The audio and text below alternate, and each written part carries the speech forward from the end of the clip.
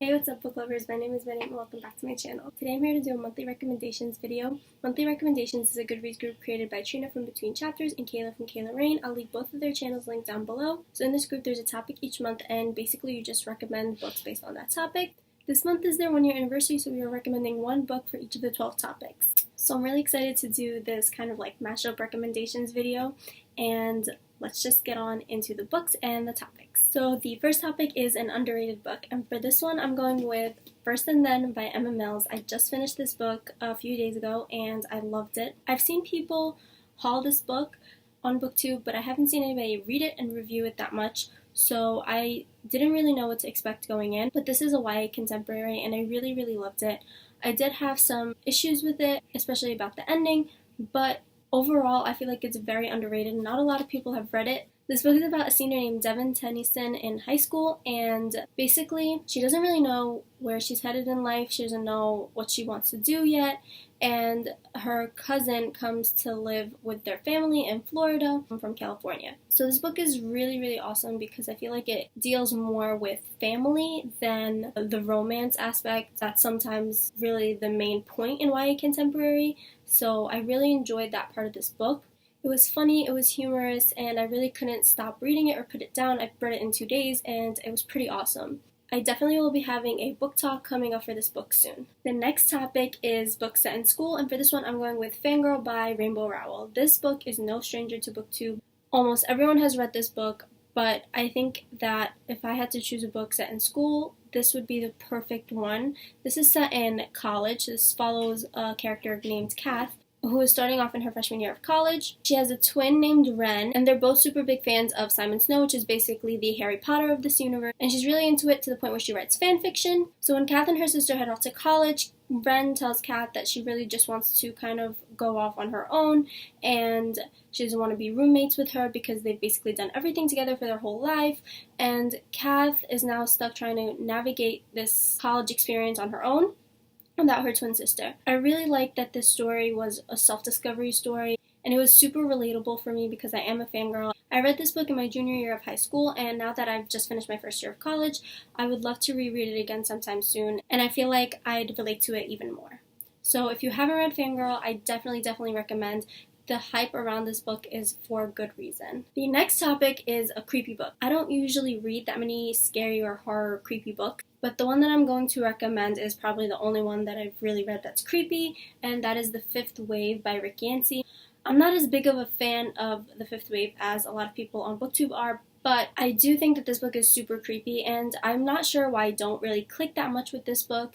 And you might be asking why you're recommending it if you don't click with it, but I do feel like it's just me because I love the writing of this book. It's amazing, and I think the plot is super interesting and it's super cool, and I think the characters are complex and interesting, and I just don't know why every time I read The Fifth Wave or any book in the trilogy, it just doesn't click with me. It's not a book for me, but I definitely feel like a lot of other people enjoy it and a lot of other people would enjoy it, and I wish I enjoyed it more. This book is an alien apocalypse story. There have been 4 waves of attacks, and now they're heading on to the 5th wave. And the main character, Cassiopeia, or Cassie, is trying to survive, basically, as one of the Earth's last surviving human beings without being attacked by the others or the aliens that have actually attacked the Earth. I think that this book is super creepy because you literally can't trust anyone. You cannot trust anyone in this whole entire trilogy. Every time a new character comes up, you just think, oh my god, this character, you can't trust them. And because of the whole thing where you can't really trust any other human beings because they might be aliens that are out to get you, all the characters are troubled and they have their own inner conflicts going on, and all of their troubling and traumatic thoughts really add to the creepy factor of this book. The next topic is to recommend a trilogy, and for this one I'm going with The Winner's Trilogy by Marie Rutkoski. If you haven't read this yet, please read it, because following the Infernal Devices, this is my favorite trilogy ever. All of the books are out now, so you can go and read all 3 of them. It's fantastic and it's amazing, and it's basically set in this fantasy world that doesn't really have any magic aspects in it. It kind of also has a hint of historical fiction, but at the same time it's not, because these places don't actually exist. But they follow 2 groups of people, the Hurani and the Valorians. The Valorians have taken over Huranis and have made them their slaves, and we follow Kestrel, who is the daughter of the general of the Valorian army. Her dad wants her to be in the military or to get married. She doesn't really want to do either of those things. And one day she finds herself at a slave auction and she buys the slave named Aaron, and the rest of the trilogy is their story. There's a lot of political intrigue in this book and throughout this whole trilogy. So if that's something that you're interested in, I think that you should definitely pick up this book. I also love that this book dealt with the topic of slavery, which we don't really talk about anymore. I also loved Kestrel and Aaron and their relationship and their character development. And I also loved Marie Rutkoski's writing. It's fantastic. And I definitely recommend this trilogy. The next topic is recommend a book that you think others should read as soon as possible or before the end of the year. I am going to bring up another Rainbow Rowell book in this video, but not a lot of people talk about Eleanor and Park. Everyone always talks about Fangirl, but Eleanor and Park is my favorite Rainbow Rowell book. I haven't read her other books. I've read Carry On, but I haven't read Attachments and Landline yet. But I love Eleanor and Park so much, and I really want to reread that one soon too. And it's just a fantastic, beautiful story that was really hard-hitting for me, and I read it so quickly. I just loved everything in that book. I love the characters, and I love the relationship, and I love that it dealt with certain topics. It was beautiful, and I loved it.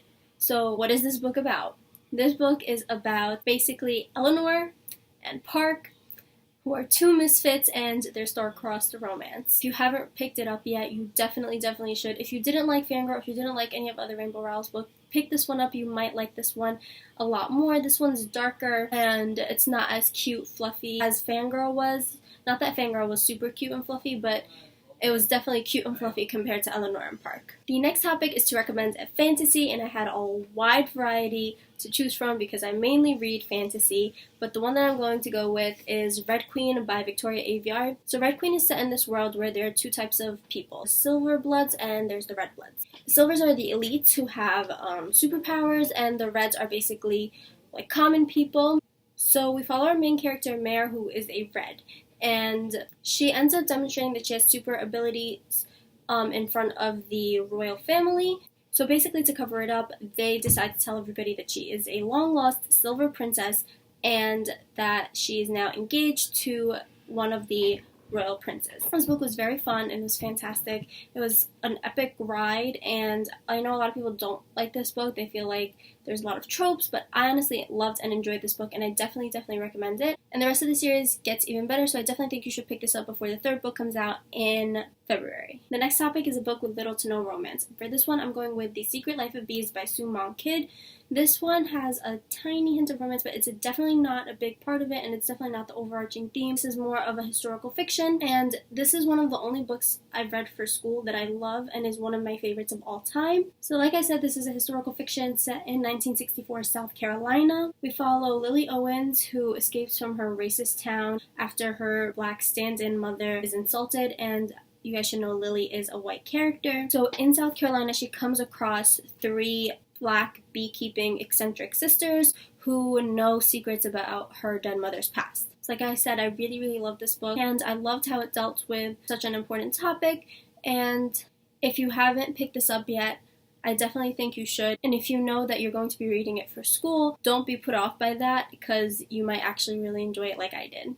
The next topic is to recommend a standalone. This one was super hard for me. I don't read that many standalones. I don't feel like there are that many standalones. Everything seems to be a series these days, but I managed to come up with Ready Player One by Ernest Cline. This book is a futuristic novel that follows Wade Watts, who spends most of his time in this virtual utopia called Oasis. The creator of this virtual world, or this video game, set up a puzzle that leads to an amazing prize that is given to the person who solves it. So throughout this book, you follow Wade trying to do exactly that. This book was also fast-paced and fun and had a lot of 80s references, so if that's something that you're interested in, I definitely recommend this book.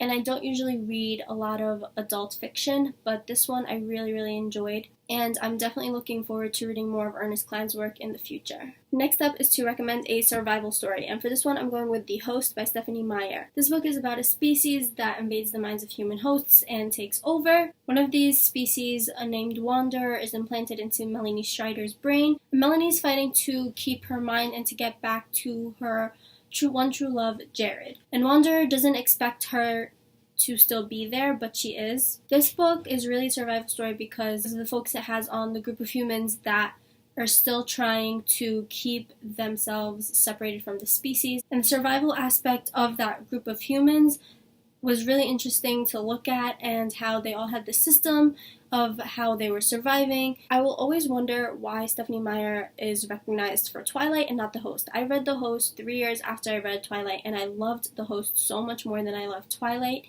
and I think it's a great book, and I'm still waiting for the sequel. She just announced a new book, and I was like, oh, please let it be The Host number 2. No, it's not. I've been dying for The Host number 2, and I still don't have it. It's been years. Honestly, at this point, I don't think it's ever coming out, but I wish it was because I love The Host so much. A lot of people dismiss this book once they hear that Stephenie Meyer wrote it because they think, oh, Stephenie Meyer, she wrote Twilight. Twilight sucks, and so The Host sucks. But no, I don't think that. I think The Host is 1,000 times better than Twilight ever will be or ever could be. So if you're really interested in survival stories, don't brush this off just because it's Stephenie Meyer. I think it's definitely worth the read. Next up is to recommend a book with your favorite book, Friendship. I know everyone has read this book already, but I love the friendships in Throne of Glass. I love them so much. I'm not going to go too much into the series and what it's about because I think everybody knows what it's about. If you don't know what this book is about, it's about an assassin named Selena Saradathian in this fantasy world. So I loved all of the friendships that were in the series. I loved the female friendship between Hemia and Selena. I thought that was a beautiful, beautiful friendship. I loved the friendship between Kale and Dorian. And later on, I love the other female friendships that pop up in the book. They're just beautifully done. While I have issues with where the series headed in Queen of Shadows, I definitely think that the one thing that hasn't changed is how I feel about the friendships because they're still so fantastic and so amazing. And you don't really get to see that many female friendships in YA fiction. I think they're becoming more prevalent, and the ones in this series are fantastic. Like, I love the ones in this book between Nehemia and Selena. I love the ones later on between Selena and Lysandra. Like, they're just perfect and they're amazing, and I love them so much. Next is to recommend a book that takes place in the US or that features travel. For this one, I'm going with The Wrath of the Dawn by Renee Ahdieh, which takes place in the Middle East. This is a retelling of 1001 Nights and is now one of my new favorite books of all time. I absolutely love, love, love this book. I couldn't recommend it enough. I just thought it was perfect and written so beautifully, and I love the characters. Shazi in this book is like now in my top 5 favorite female characters, and that's saying something. Basically, this book follows a king who takes a bride every single day and then kills her by dawn, and the main character Shazi, her best friend, was one of those brides and she got killed, so Shazi wants to get revenge for her best friend and to kill the caliph named Khalid. And I absolutely loved this book. I can't even begin to explain how much I loved it. The relationships in this book were fantastic, and everything about this book was fantastic, and I'm so glad that I got to meet Renee Ahdieh and get her to sign my book. I know that this book has been hyped up so much on BookTube, but it's for a good reason, and I absolutely love it. If you haven't picked it up yet, I definitely think you should. And the last topic is a book with your favorite empowering female character. And for this one, I'm going with the characters from my favorite series of all time following Harry Potter. That is the characters from the Vampire Academy / Bloodline series by Rochelle Mead. I love the female characters in this book. They are so empowering. They are so amazing. Bloodlines is the spin-off series of Vampire Academy. The female main character of Vampire Academy is Rose Hathaway, and the female main character of Bloodlines is Sydney Sage. I personally love Sydney Sage more than Rose Hathaway. I didn't like where Rose went towards the end of the series, but that's just me. I know a lot of other people still love Rose. I do still like Rose, but I definitely say I prefer Sydney Sage. I can relate so much more to Sydney Sage. She's a fantastic character. I think it's because everyone loves Rose because she's kind of like your typical YA female protagonist, and I'm not saying that as a way to say like, oh, I hate the way female YA protagonists are, but it's just that a lot of times in YA fiction we have a female protagonist who is really good at fighting, and that's not something that Sydney is really good at. And I think I like it more when there are characters that exist like that because it kind of shows that power is not only in strength. And I feel like a lot of times we seem to forget that with YA female characters. Now it's like the norm for them to be able to hold their own in a fight, which is great, and I love that.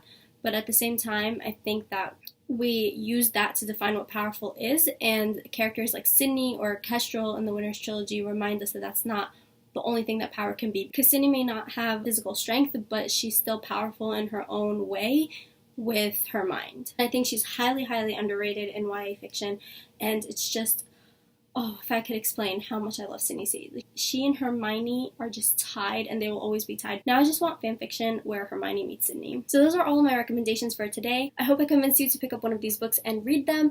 If you've read any of these books, let me know which ones, and if you like them as much as I did, feel free to leave me recommendations for any of these categories down below. So thank you guys so much for watching. I hope you enjoyed this video. Please like, comment, and subscribe if you did. I'll leave all my social media links down in the description below if you're interested in following me anywhere, and I'll see you next time with a new video. Bye!